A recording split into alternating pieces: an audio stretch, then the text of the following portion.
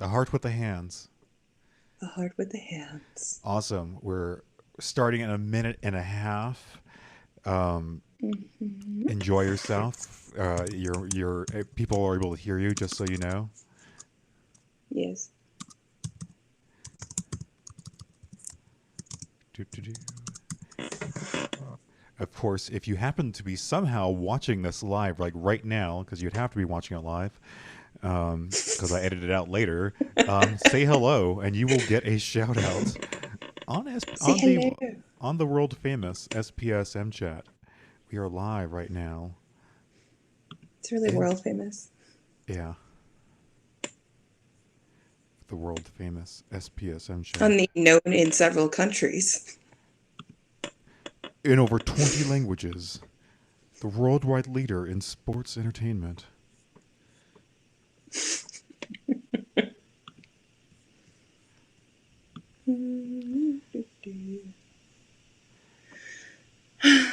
I need to This video is live. we need to someday have a theme song for SPSM chat. I just like the regular like blah bullshit on the screen thing. Plot bullshit on the stream thing. I, Bullshit on the screen thing. I can do that. Thank you, Rudy Caseres, for sharing the stream. Oh, must be a cool guy.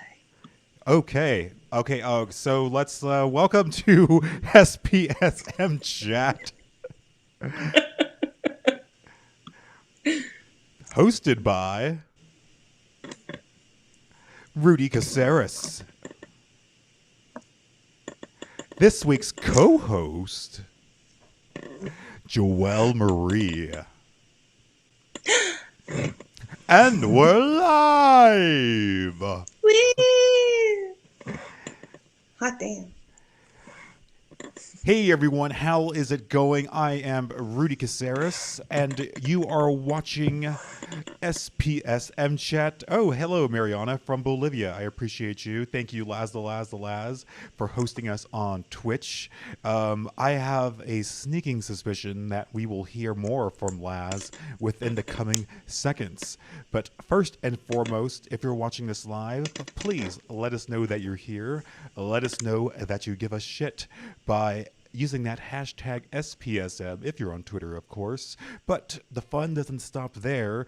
We are also live streaming on youtube.com/SPSMchat, facebook.com/SPSMchat, and twitch.tv/SPSMchat. I see Lustar right there in the Twitch chat who was joining us last week. Hello, Andy Brown on Facebook. We appreciate you. And of course, we are at SPSM Chat on the Twitter. So whether you're using any of those platforms, comment, say hello, share, introduce yourself, and join the conversation. Today's topic is it is pillow talk. What the hell is it? keeping our shit together. Together.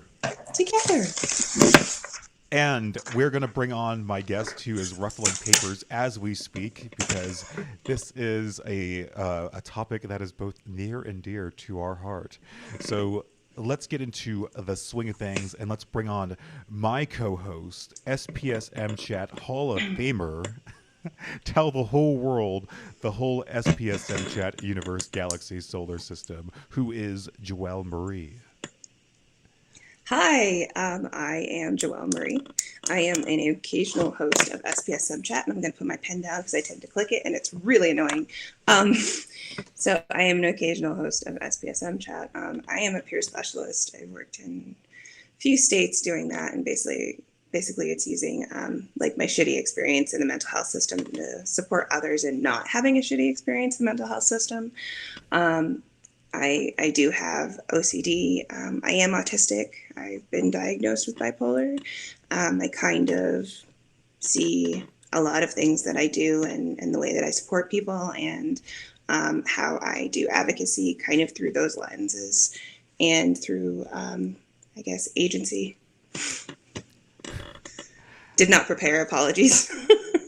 No, that is totally fine. I think people know who you are by this point, and the reason why you're on here is because we are married. We are in a matrimonial partnership, and so we would know some shit about keeping our shit together Some shit.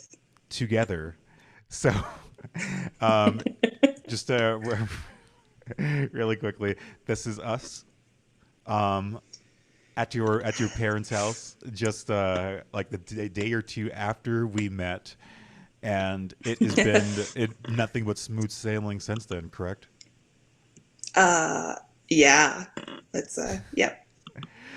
So you suggested this topic. Like I've been wanting to have you on again for quite some time. I know you've been busy with work, but here you are back again. We did that little intro video, and then you did like one other show after that, and then like you disappeared. So and then well, you're on the Twitch chat every week, but I'm glad to finally have you on the show again because we're talking about how to support your partner in times of distress, crises, suicidality. And so, why did you decide to pick that topic? Um, well, I think, me and you have things that we like sit on the couch and talk about, and this is one of those things. And we don't actually get a lot of opportunity to like explore that publicly in a way that I think is advantageous to like, can benefit other people in bringing into that conversation, like how we've actually talked about those things. Because sometimes I'll talk to people about, no, you don't need to call the fucking cops, you don't need an ambulance, like you don't need to restrain people, and they'll be like, really? Have you actually been there? Like, but what do you actually do? And I'm like, yeah, I've actually been there. And like I have conversations with my husband about that, about like what he wants, what I want. Like we talk about that. It's really important. So I think it would just be like a good conversation to have, because like, yep. And I think that there's been a lot of shit um, lately, just where people are unnecessarily calling cops, and not even just cops, just unnecessarily trying to take control of other people's lives and body and decisions when it's just don't need to do that. People know what's good for them, and people know what they need. So I think it's a good topic for us to explore. Yes, yeah, and here we are. I think your seat is creaking a little bit there.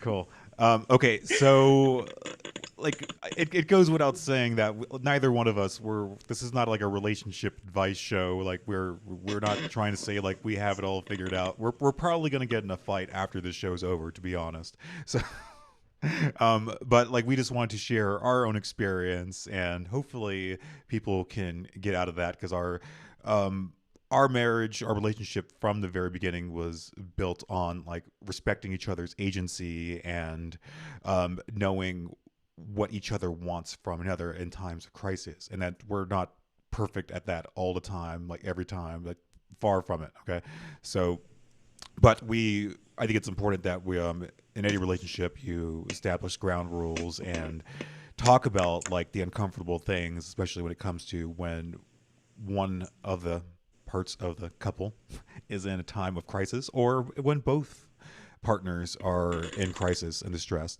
So like really quickly, I don't want to like tell like our full story, but we just to give like bite size version. Like you and I, we met online on Facebook. We were talking, and things built up from there. We met each other. Flew out to you in Boston, had a great time, and then you came out here to Los Angeles, and then we got married like a few months later, which some might think that's rushing into things, and it's like, oh, like that's like something that like two bipolar people, mentally ill people would do, and like maybe someone should step in or something. And so, but Right. we got married, and it's not been easy. But we do love each other, of course, and we work on things, and we do this show together, which I really, really love because I was always worried that like when I was just on my own and doing like all the live streaming and all the social media, like would I be able to find a partner who gets that? And you totally do, so much so that you're willing to come on to SPSM Chat and co-host it with me and support me and always want to be a part of my work. So thank you. Mm-hmm. Did I miss anything out important from our Cliff Notes journey? I mean, I don't think so. I think, well, I mean, I think one important aspect of that is actually, we'd engaged kind of a couple times before, but one of the big things that kind of kicked it off was like you wrote a thing about your experience like being bipolar, and a lot of the responses to some of the things you said in that were like, you must be manic, you must be off your meds, like you're crazy, like just basically saying you were symptomatic and batshit and like you needed to be medicated. And like, I really responded to that and responded to people in the comments and was basically like, shut the fuck up in a much nicer way. But like, kind of like, what, like, this is like, he's talking about his own experience, not yours. He's speaking like for what he wants for him. So shove it. And that was kind of like what started us talking. So like, just right off the bat, it was, really about like respecting where each other was coming from. Yeah, and we're both pro-choice when it comes to a person's right to take their own life from suicide, and so I know not everyone has that view, and we've talked about it. We've had whole shows about it, but I definitely wanted to be with someone who also had similar views as me, and I'm very anti-forced treatment, and so I definitely gravitated that towards that with you because like when I knew that you had similar views as me as far as forced treatment and suicide and mental health, like it's like it was meant to be. I don't know, but it was there was a lot of good things like in our experience learning about each other where I didn't feel like I was rushing into things or that I was like that it was like my mental illness talking or whatever, because like I'd had long distance relationships before, I'd had failed relationships before, and I'd also been lonely for many years at a time, but I knew like when I was with you that it was different, which is I know like everyone says that and then like things go haywire and all that stuff, but we've made it here this far, and so I couldn't have been completely wrong, right? I mean, so far. Yeah. So I mean, let's talk about like things that we need from each other when we're in a crisis, though, because you go to that honeymoon period, you enjoy each other's time, but then you have to get to the point where you just can't keep your shit together anymore, and then like what then? So talk about your experience, and you can go beyond just me of just your go. Yeah, I think what sometimes what is one of the most what are the most difficult things is that like when I am extremely like worked up, activated, however you're going to call it, like it's just incredibly difficult for me to communicate in the way that I would normally communicate. And how I would normally communicate at like a lesser level of activation, but I'm still upset, is I'm like, okay, here's what I'm feeling right now. And like, I need to not talk about it right now. We can talk about it in a half hour, or like, we need to talk about it now. And this is what I need. And this is what's pissing me off. But like, if I am up here, I'm just like, no, get the fuck away, go, blah. And like, I can't, because that's all I can get out. And the reason is because like, I think like a lot of people who are feeling that activated are feeling like in crisis, I feel threatened. And it's not because of you or because of the particular person in front of me. It's because my body and mind are just responding to these like intense feelings. And so like, I'm just reading that as threat, like something's going to hurt me. So you can be all lovey-dovey, but it doesn't matter who you are or what you're doing. If I have not established beforehand, like what's good or what's not, like, I'm just going to be like, fuck off. Let me throw my phone at you, which, can just be like a protective response. And I think that, one of the helpful things that me and Rudy have done is like literally been like, okay, so what's actually helpful and what sucked? Like if we've had just like a really bad time, like if we're both stressed out for like a couple weeks going on, which has happened, especially those early few months. Like it was just hard because two people just like quickly moving in together and getting married, like that's just gonna happen. So after like kind of both kind of clashing, just sitting down and being like, okay, what sucked about that? So for me, really doing a review of like if some shit went down for me, like what really sucked, and like helping someone who really matters to me, like just kind of understanding like why something didn't work for me. Not like you're a bad person, but like this isn't gonna work for me. So maybe this will work for me. And if you can't always give me that, where can we meet? Yeah, I Did mean, that?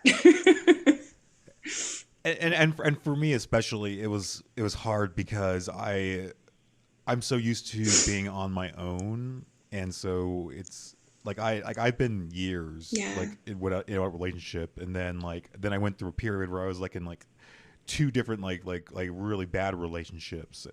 And then so it's after that I was completely lost. Like it was weird because like I felt like I was like in the best like mental state, and like I was like having a lot of success, but I had like this hole in my heart. Like I was just wanted companionship, and I just felt so alone that like all these things that I'm doing in my life were like meaningless, Mm-hmm. without like having someone to share it with. But as happy as I was to be with someone, to be with you, it was still very hard for me to give up on that independence, and like especially like because like you moved into my place, and that was like the first place I ever had on my own, and so it was hard to like let my guard down on that, and like be like share everything, like this is our place, this is our car, this is our money. And so it's something that I still struggle with, to be honest, but like I know that it's worth the effort, because you and I, like, we go well together, and there's no one else that I would want to be with than you. I mean, like, honestly, like if like for any other reason, like for whatever reason, like we like got like divorced or whatever, like I'd probably just end up like alone for the rest of my life, just because like I would just be like, well, that was my shot, that was my like my one try, and like I guess like I'm meant to be alone forever. But so I don't want that, and so like I anytime I feel like we could be slipping away, like I have to remind myself that it's like this is worth the effort, and that whatever it takes for me to have to Mm-hmm. change, I've got to work on. And aside from like the independence thing and the loneliness thing, and like it's just hard, for me to communicate at times too, just because like I guess it also goes back to being alone so often, because I didn't have anyone to Mm-hmm. answer to. I can just be depressed for weeks, and that's just the way I am. Like no one's gonna stop me.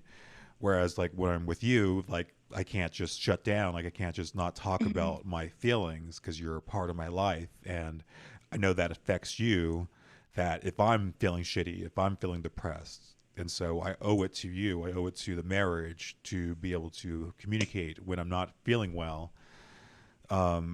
So yeah, I mean those are some things that I need to work on, and but also like I need to with you, like I need to, when you're not feeling well, to communicate and to see how I can support you, because that's not always obvious to me. Yeah. But I think, I think with everybody, that's a learning curve, though. And I think also that that is a learning curve is something that we are not told as human beings. Like, we're not told that communication, that like relationships, like whatever kind of relationship, whether it's, being married or a friend or a family member or like a coworker, that like relationships and figuring out how to get around people is like that's learning.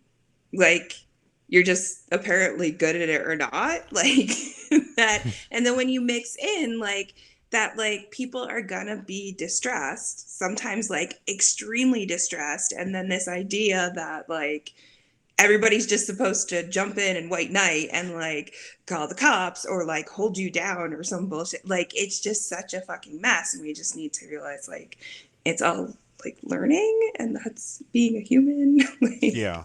and I think, yeah, I honestly think like our first year, we just forgot that we're still learning, and we put a lot of pressure on ourselves, and it was really stressful. um, Yeah, yeah. I mean, I heard from other people who were married that if you can make it through that first year, then like it's not as hard. I mean, it's not yeah. like it's and it's true too, because like there were times during that first year where like it just felt like too much, and it's like, is this going to work or not? And Yeah. like, even though we still have our issues and everything, it feels like it's like we're both in this for like the long haul, and then we're going to make this work. So like, even if there are times where we say things to each other that like make it seem like we don't want to be with each other anymore, that like we get through that, and that like we know that like this like in the heat of the moment, like we can say things that we end up regretting later. And Yeah. so I'm really glad. Like I remember like one of my best friends, he told me that like, if I ever like say like I don't want to be with like be your friend anymore, like don't believe me, because like it's like I know like deep down that I would not mean that. Like, so I think that we're both in a situation like that right now, and Yeah. that's it's a good So I feeling. think like, so what I want you to talk about, like, what was, I guess, like helpful for you to tell me and for me to tell you, Um, specifically about like those like really extreme, like extremely distressed or like crisis things, or I mean, definitely it helped knowing that like you're not going to call the police on me. I've we had a about. specific conversation, a few Yeah. specific conversations about that. Well, yeah, which I encourage like other couples to do as well, and like it's because like about my experience being hospitalized and Mm-hmm. how traumatic that was, and how like it just makes me not ever want to go to a psych ward again ever. Um, and so that helped, and I told you about like when I had my catatonic episodes, when I freeze up, to not freak out or to like think that I have to go to the hospital, that I just need some time and I'll break Yeah. out of it. So that really helped, because like I've had times where I've frozen in front of people and they called 911. I ended up in the psych Mm-hmm. ward. So just things like that, and just like it helps hearing that like that you don't like it when I'm feeling bad. I mean, not that like you should like subsume my emotions, because that's kind of a codependent thing, but just knowing that like our emotions affect each other, and so it's like, if that you because it comes from a place of caring. You don't want me to Right. feel bad. It's not like it's shitty that you feel bad. It's like I don't like seeing you feel bad is what it is. Yeah. Like I feel that you feel bad Yeah, and I, more, and I, like, I like want not you to like know that I support you, and that like I believe in you. And also like, even there when the times where like you have to change gears and change careers paths, and like and all that, or change states, that I'm with you on that. That like, I don't think that you're a failure, or think that like you're making irrational decisions or anything like that. oh, that's nice. Good. Yeah, I mean, because like I used to worry about that, for myself, that like, oh my god, like, am I Mhm. like doing harm to both of us, like for like certain like business decisions and lifestyle Mhm. decisions and stuff. So yeah, no, I just because it's always hard for me, because some people like someone to tell them that they're the best and that they can do anything, and Mhm. that they're this and that, and whereas some people, they don't want to like they don't want to be bullshitted. So it's for like for me, Yeah. it's hard to navigate, like especially like being like online and social media and stuff. It's easy to fall into that, like, I believe in you, like you're the great, like all that Yeah. stuff. You like That soak it all up. yeah, because people want that. Yeah. It's like with like cable news, like people tune into a certain station to hear a certain narrative. Just like with mental health advocacy, like I could probably make a lot more money if I just said all of the things about hope and believing in yourself and you got Mhm. this, and if I can do it, you can. But I just can't do that at all. And so it's like with I definitely know that you don't respond to that like toxic positivity and all that stuff. But like I also like want to be able to like praise you and to like tell you how awesome Mhm. you are without like getting like too mushy. And so Yeah. that's that's like that's not that's far from the biggest issue that we have, but like that's has been something that like I've been trying to navigate. I think that's where like intentional conversations that we've started to have kind of come around. And like, so I know we're talking about like the context of just me and Rudy being married and like, but like the things that we're talking about don't really just apply to that. And that's kind of why we wanted to have this conversation. So like, but I think like the past, how long have we been married? Like, Oh, it's almost 3 years. okay, there we go. Like not that long, but I definitely think definitely the past year or so we've been having like more intentional conversations, not just like, oh, a thing just happened, we should talk about that, or like, like we get like irritated to a point where just like, this thing pisses me off all the time, but like just really like, okay, so like something's on my mind about this thing and it's affecting other things. Can we chat about that? And like just really like just sitting in that uncomfortable space and like exploring it and just being like, okay, because it's really affecting me here. Um, and that is really connected to like these periods of crisis or extreme distress that we can feel individually, but also like together and kind of feed off of each other. So if we're like having those intentional conversations, like it's really, really helpful. I feel it's been helpful. Like sometimes it's even with somebody you love and care about, it's not the most comfortable, pleasant thing sometimes. But also, like I think the more we've been doing it, like the more we get used to it.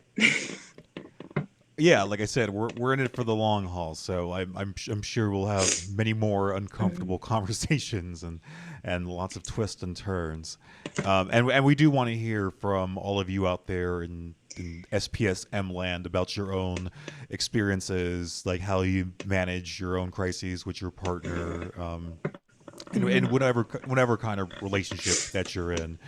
I see Lustar's comments, so let's highlight a few of those because you are bringing the fire. It was sad. It was sad. It was good having you on the show last week, but it was also sad not having you in the comments because you really add to our conversation. Lustar met their partner at the swingers club. That's awesome.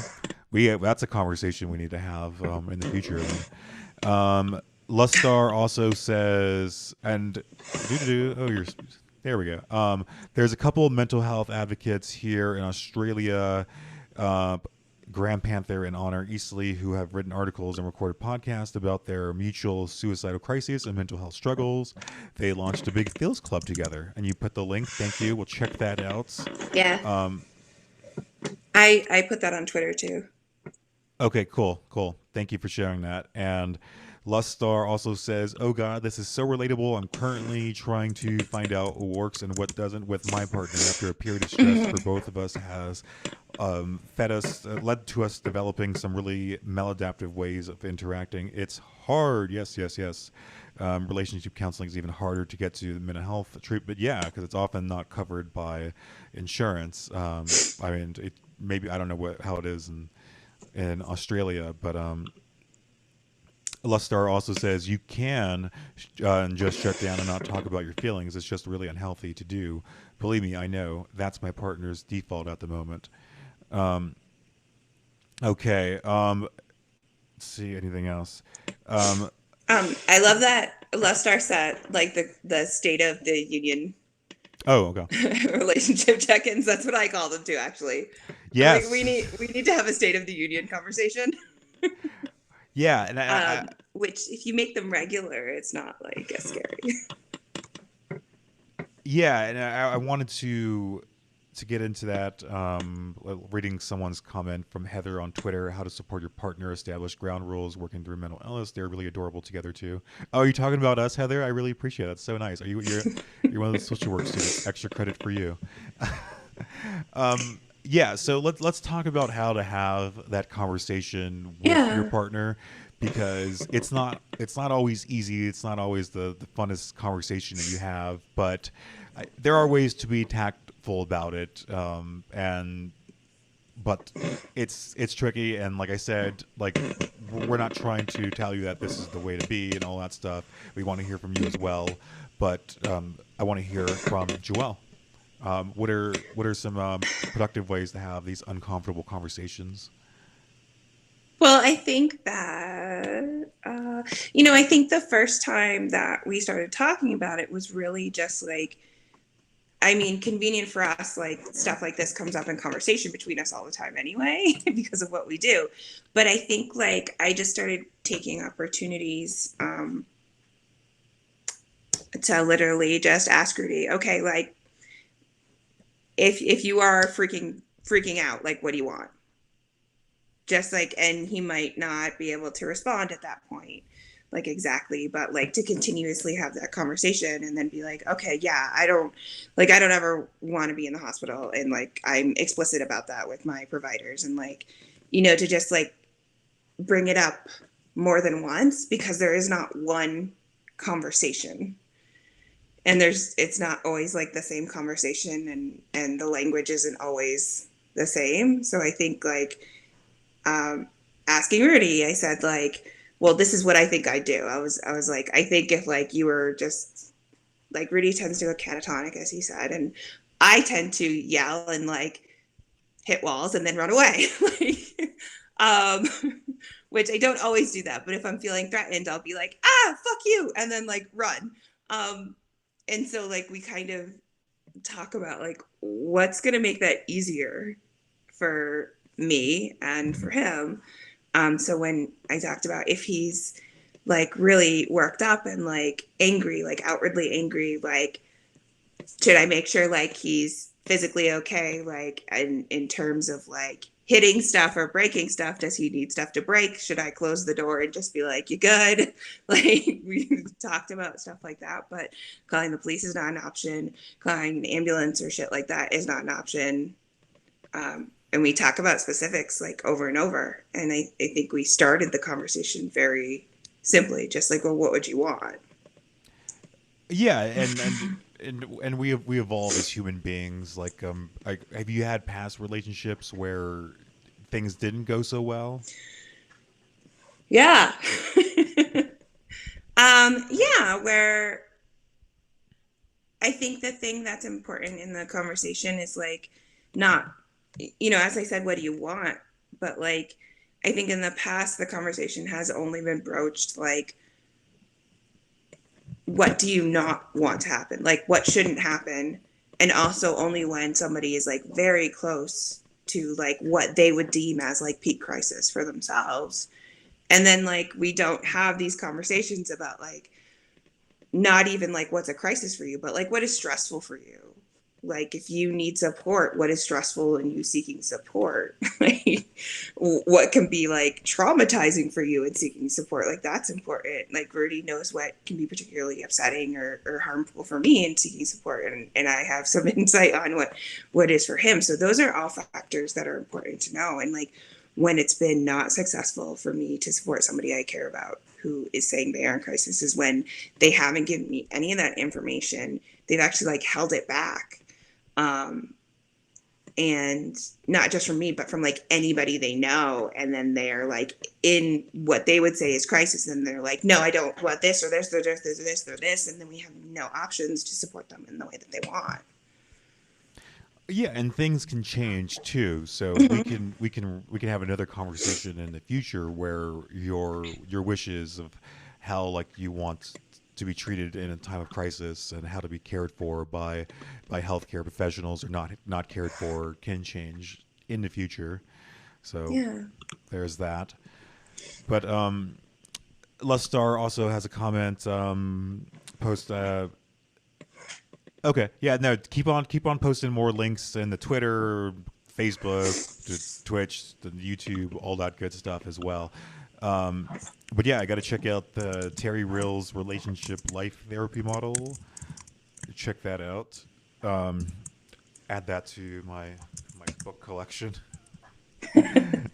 So let me see. See if what could, okay. So I also wanted to talk about when both people are in the stress, and this can happen from such things as like a financial situation or Mhm. like a job situation where that affects both of you at the same time, or like a death Yeah. in the family even. And so, how can one navigate through that situation where both are like just really like at wits end and are in crisis? Like, is it like should you try to support each other? Should you get outside help? What say you, Joelle, Marie? I mean, I think it's always going to depend. I think for us, how we kind of learned is like a couple times we're like, wow, neither of us are really in a good situation to like this is I don't know a better way to say this, but like neither of us are in a good situation to pretend to be the adult here. Like we're both not doing well. But I think the first couple of times we ran into that situation, we weren't like really openly acknowledging that. Like we're both not doing great. Maybe we need to just go to our corners for a little bit, like take care of our own shit and then come back and chat. But I think like some of the things that we ran into like that first year. Well, first of all, it was just going to be a hard year, even if we were doing like amazing, because like we just had a lot going on. We had to move really quickly if we wanted to be together right then, or we'd have to wait forever, and that was just the reality. So it was going to be hard. But that first year was a steep learning curve. And I think like some of the harder things were like if we were both in really, really, really feeling very stressed and very activated, is that we weren't openly acknowledging that for ourselves or for each other, or like we wouldn't be like, okay, stop, wait a minute, it's okay, let's chill out, separate corners. Like, and I think like again, like I think that is part of learning how to be a couple or how to be a friend or how to be, a parent or even like a coworker. Like obviously distance a little different, but like how to be a human being relating to another human being. Like you're gonna run into that a little bit, and I think it takes a humility and vulnerability to be able to be like, can't do this right now. Maybe tomorrow or maybe after I do XYZ for myself, we can come back. Did that answer the question? Yeah, yeah, and I don't know much, but I know at least this, that if you're a shitty friend, if you're a shitty coworker or a business person or whatever, like you're gonna be a shitty partner, you're gonna be a shitty spouse. Like there's just no way around it because you're a shitty person, for being honest. And hey, Mariana on Facebook. I see. Appreciate you sharing your own story. That sucks that you had that boyfriend who was very negative towards your feelings. But I'm glad you found us. We're actually taking a break after this episode. Our little SPSM summer break. But please, if you haven't already, just make sure you're followed to our page, and we're also on YouTube, SPSM Chat, and Twitter at SPSM Chat, and so that way you'll be notified next time we go live, because we might do a couple pop-up streams throughout the summer, and then we'll come back in full force, probably August or September.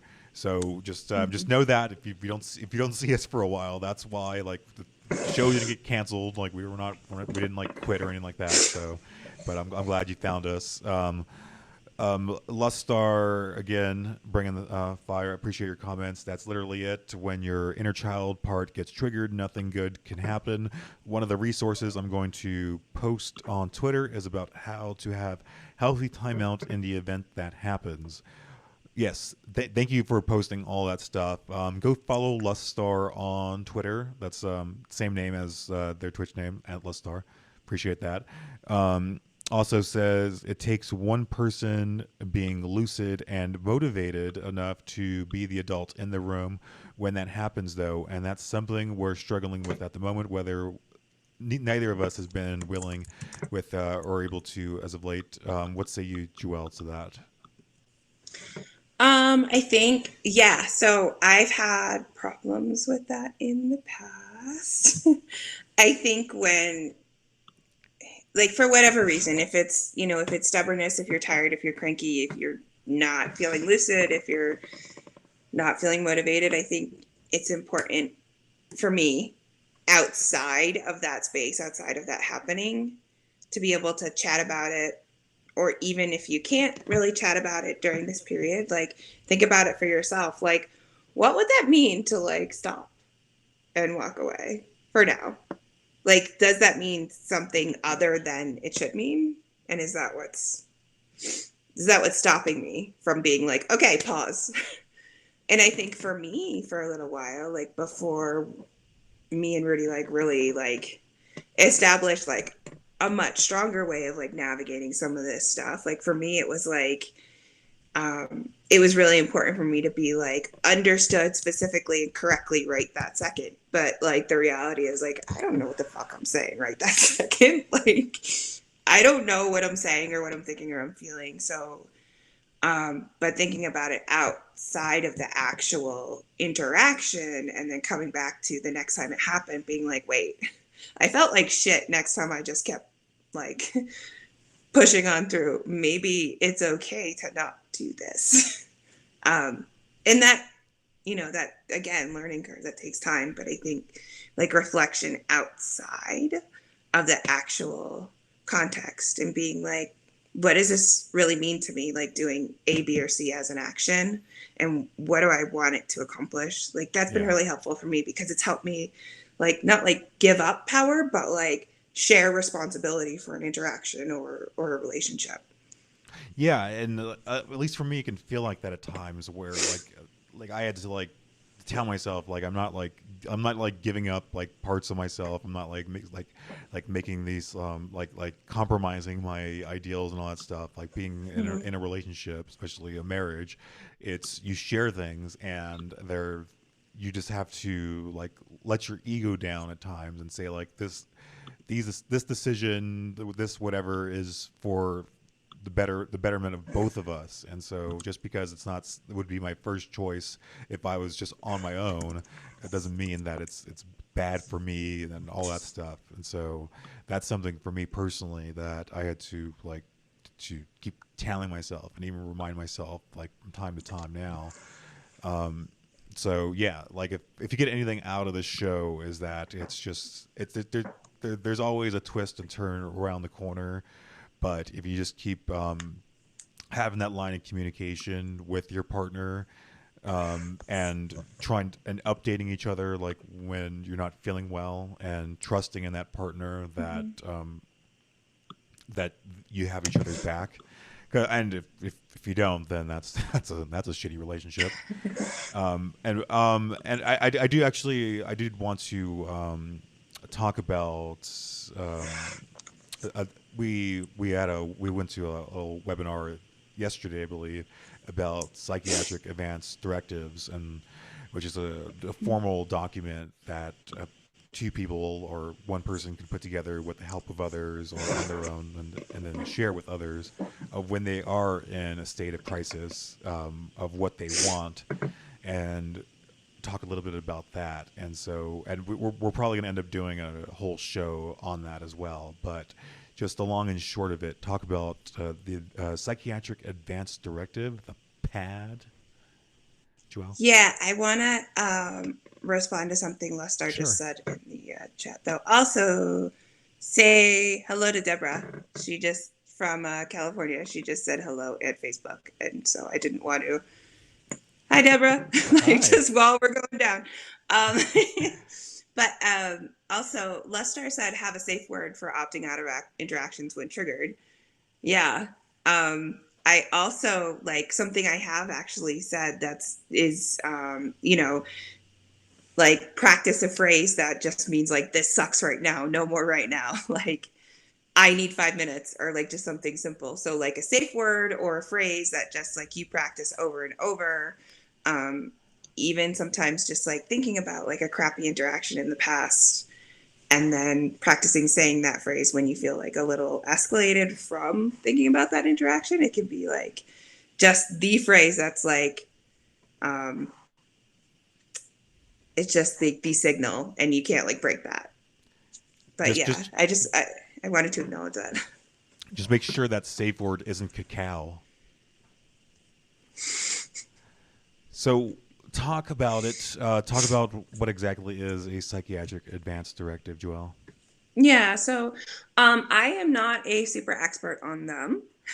So let's put that out there. Colorado recently, I think in 29, at the end of 2019, might have the year wrong, passed some legislation to psychiatric advance directive legislation. And California is now starting to investigate that. But what they are is basically they are like we have living wills and advance directives for our physical health. They are a document that is ideally frequently updated, that basically establishes what you want if you are in some kind of mental health crisis. And it can't really dictate, nobody treat me at all. Like nobody take me to see a doctor, but it can really, you can put forth what has worked for you in the past. What are some solutions for when you've been in crisis in the past?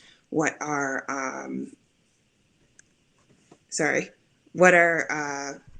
I'm losing my words, which is great. So like, things that we talked about the other day are like, if you do not want to be hospitalized inpatient at a certain hospital, you can put that in your psychiatric advance directive. The thing is that would be beneficial is another thing that I brought up is that you want to put what is the alternative, because they are not always, psychiatric advance directives should be adhered to as much as possible. There are always loopholes. Like, a provider or a hospital can say, well, we tried. So when you write them, you say like, I can't take this medication. I do not want this to be done to me. Like, these are the things that have been beneficial in the past, and this is how I've accessed them. This is how I've gotten that service. This is an alternative for inpatient hospitalization. This is an alternative for this hospital. Peer respites have worked for me in the past, and this has been the result. This is how I've accessed them. This is a peer respite that I've gone to. This is how I got there. Like, you can put all that stuff, and you can put things that absolutely do not work for you. In a PAD presentation, a Colorado PAD presentation, actually, like somebody put like, you can't just put like, the only treatment that is acceptable for you is like a bowl of ice cream with rainbow colored sprinkles. And like, if they didn't follow that, then they haven't followed the pad, because that's not like, that is not really reasonable. But what you can put is like, having a heavier blanket, something like that, like, and the reasoning, things like that, one of the things I talked about the other day was that if you can't get to a peer respite, if you can put in specific things that make it beneficial to you, you can construct in the pad. And it depends how the pad is set up, like what the template is for each state again. But you can put like how to attempt to mimic some of the things that are in the peer respite in the hospital if they insist on hospitalization, which is not ever gonna be the same. But if there are some things that you find are really beneficial to you, and ideally, the pads are 2 to 3 pages long. They're easily filled out, and we're hoping that peer specialists ultimately are the people supporting individuals and filling them out, because really they should be things that are filled out according to your individual wishes. You should not be coerced to say like, yeah, I'm going to take any medication you throw at me, or, I will accept any hospital or things like that. You should have absolutely full choice and agency to establish what you want to happen if something has to happen. And unfortunately, the world that we live in is that sometimes things have to happen. So if you are in the position where you have a pad or you would like to get one, I would really talk to your partner, your friend, whoever it is in your life that supports you around like distress and crisis, and really talk with them about like what you might want, what has worked in the past, what hasn't worked, and even the logistics of getting those things to happen. Because then when you have the opportunity to fill out the pad, you can put in the logistics, because the fewer reasons they have to deny that, the more likely they will be able to adhere to that should that happen. Yeah. That was a lot of talking. Yeah, and definitely we'll do an episode on PAD psychiatric advance directives, a whole episode on that in the future, especially as we both get more educated and start getting more involved in that advocacy. That'll be really interesting, and to also bring in new other people as part of the panel. So. Before we wrap up, again, the final thoughts. Are there any other ways one can support someone in crisis? Any tips? Any resources? Any doodads, gizmos? I think in conversation, like, we just need to generally be more open in discussing, like, I'm feeling shitty right now, and I am feeling like I'm feeling threatened, or I'm feeling in crisis, like I'm feeling distressed, however you want to put that in, like, whatever language that is that you describe that situation for yourself, like, just normalize that, and normalizing having check-ins. And also, like, try to find someone that you can normalize a conversation about what that feels like for you, and what's the best way to support you.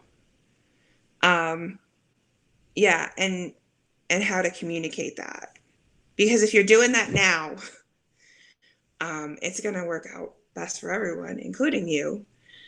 And if you're starting to have those conversations now when you feel like, oh, that hasn't happened to me forever, or like, well, I've never gotten to that point, then you're going to be prepared a little more if it does happen to that point. Or if, if it hasn't happened in 5 years, unfortunately, if it happens again, like, people around you are going to be a little more prepared, and they're not going to go into this shock, crisis, white knight, call the cops, call the ambulance kind of mode. They're going to start to remember these conversations you've had where you've been able to normalize it and talk about it kind of calmly. Like, sometimes I kind of feel like dying, and these are the 5 things that, like, really, really get to me, that put me in a position of feeling threatened. And this is how that happens, and this is what helps me get out of that. Yeah, and another thing I want to stress to people is that, like, everyone needs to normalize talking about suicide, but definitely in couples, in relationships, like, it shouldn't be such a scary thing. I know, like suicide in and of itself can be like a very traumatic thing for everyone involved, but when we can normalize that conversation, then it can be easier to talk about, and it's not so scary. And even when someone says like, "Hey, I'm thinking of suicide," that you don't just like immediately hit the panic button and call the cops and like escalate things. That there are ways to talk about it, to live with it, and like to live with the feelings of suicide, and to navigate that without actually like escalating into either suicide or into a situation where the cops are called and someone is hospitalized against their will and all that good stuff. So yes, sorry. I wanted to ask you one more thing. Oh, of course, anything. Well, because obviously, if you're not comfortable talking, whatever. I mean, so you experience catatonic episodes when you tend to, when you're feeling like you're in crisis. I think a lot of people don't know what the fuck to do about that. Do you feel comfortable sharing a little bit about what you feel might be most helpful, or what has been most helpful? Yeah, and just to be clear, some people experience catatonia in different ways. Some people like have Mm-hmm. catatonic episodes that can last for like days, Yeah. and like where like they literally have to like have medical care, or otherwise they're not going to like snap out of it, and then they end up like choking on their own saliva. But like for me at least, I've never gone to that extreme. Like I can break out of it after a couple hours or even sooner than that, but it just helps for me to to just get like to work my way through it, because it's a response to trauma, it's a response to just being overwhelmed. And like some people, like they have like complete meltdowns and or panic attacks or even get violent. Some people, they just like have like fight or flight Mm-hmm. responses. For me, I freeze and just like kind of just like collapse into myself. And so I'm not saying that like that's a better way of doing it. It has its Yeah. own problems, but like it's like for me, like it like I just need to just sit with it. And like in my mind, like there's all like I'm still fully functioning. It's not like I've like just completely shut down, so I can hear everyone. I can like have I'm fully lucid. I just can't like Yeah. physically move my body parts like on my own. Like I have like involuntary movements, but Mm-hmm. yeah. And so like for me, like I just need to sit with it, and then I'll break out of it, and then we'll take it from there. And like and that's not like me like trying to like escape from my problems or use that as an excuse to not confront like uncomfortable situations. Like I just need, like my body like is like needs that time to just like to freeze and to like assess the situation. So like it's not like I'm like throwing a hissy fit and like just like saying like, oh, I don't want to do this anymore. It's no, it's my like body, like my like like it's like most like visceral level saying like, nope, we're not doing this. And that's just Yeah. how I react. And that's so it helps a big time to live with someone, to have a partner who recognizes that like this is not something to completely freak out about, to not like think that like I'm going to die or like I'm in need of like emergency care, outside care. But yeah, that's me. Other people may want different kinds of support, but that's why we have these conversations, because Right. someone may like only hear about catatonia like in situations where someone is frozen for days at a time and can't eat or Yeah. feed themselves. And so and it helps that like you are open about your own experiences, your own mental health struggles. And so like we can both like talk about these things that normally if we were like dating someone, like we'd be like afraid to talk about, or all that stuff. And so like that's like it's for like for some people, like it's like two people who have like or bipolar and have other issues like that, like might be a recipe for disaster. Like for me, it's a good fit, because like we both like can understand like where each other is coming from, because we've lived similar Mm-hmm. experiences to an extent. And so like we know not to freak out in certain things. Like we don't hear the words manic or catatonia or all that stuff, or obsessions and compulsions, autism, and like immediately like think the other person is crazy or bad or whatever,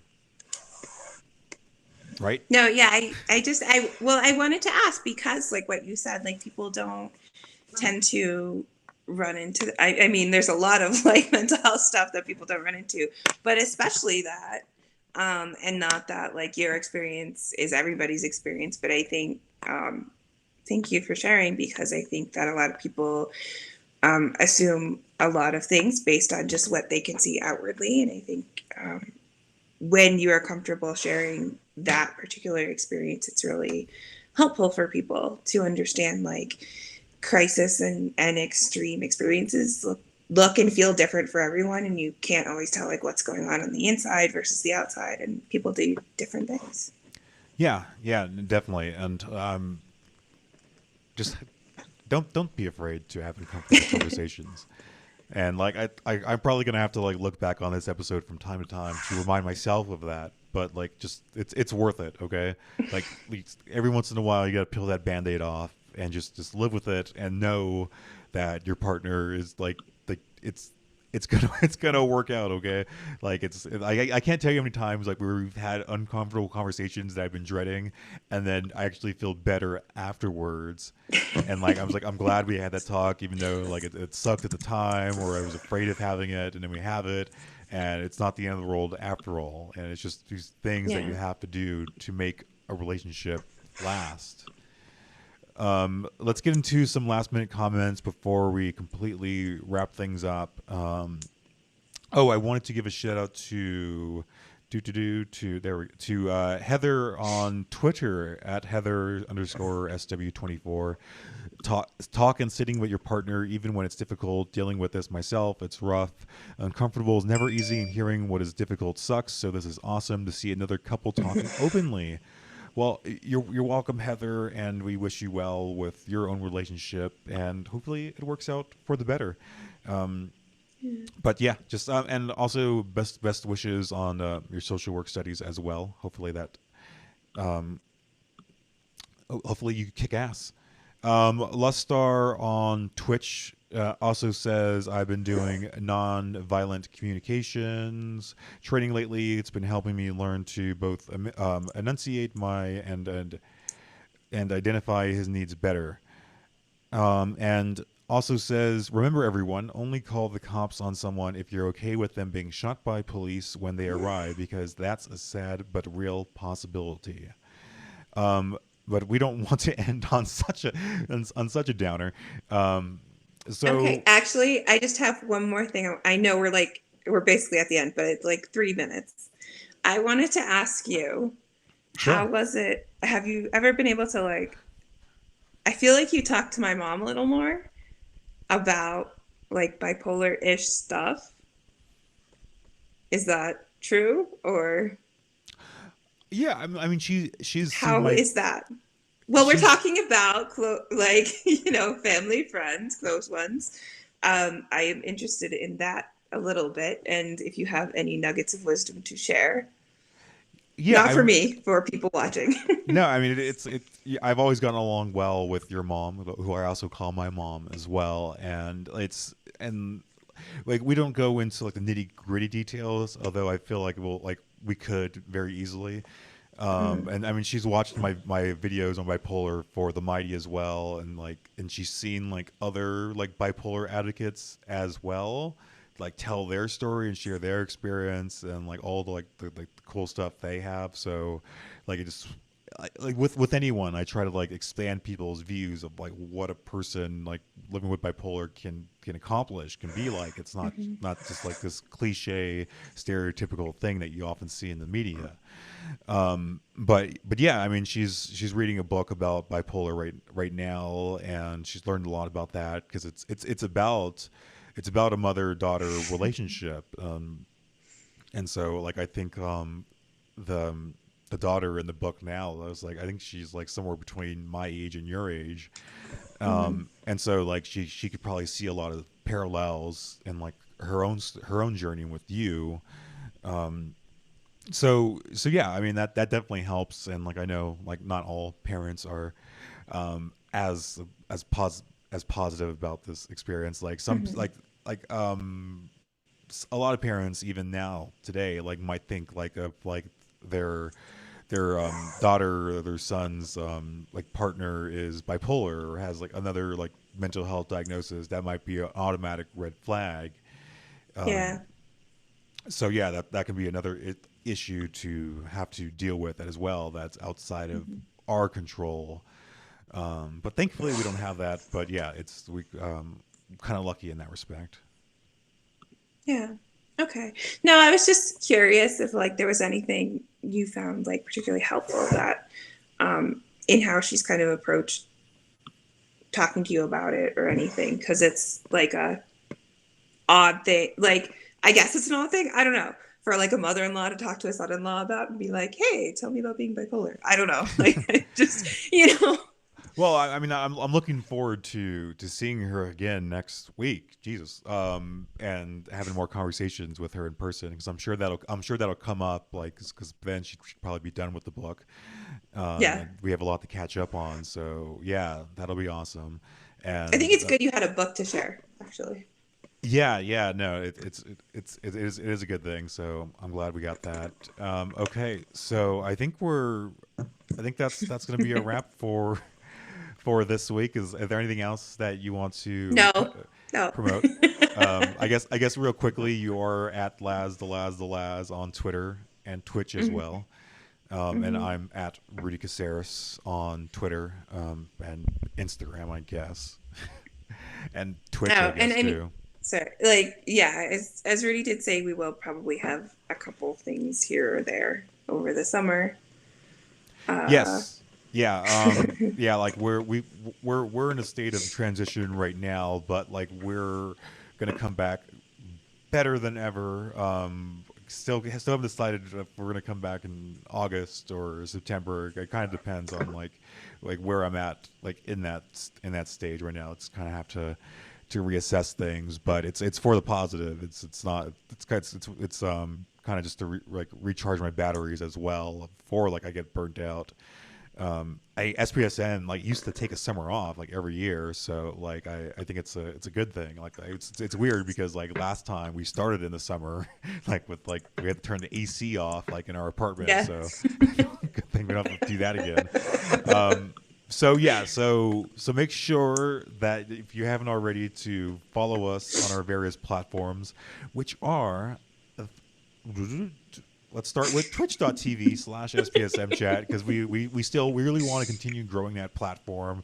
Like we gain a couple followers each week and we just want to keep building that because like that like for me like that's our future in Twitch because there's a great mental health community there, a lot of great conversations happening and like we want to be a part of that. Like SPSM chat like it almost became like Twitch exclusive at one point in like the Doc Foreman days, and so like like we're not going to go that far, at least not right now. But like that just goes to show like how like part of like our philosophy as like Twitch has been a part of.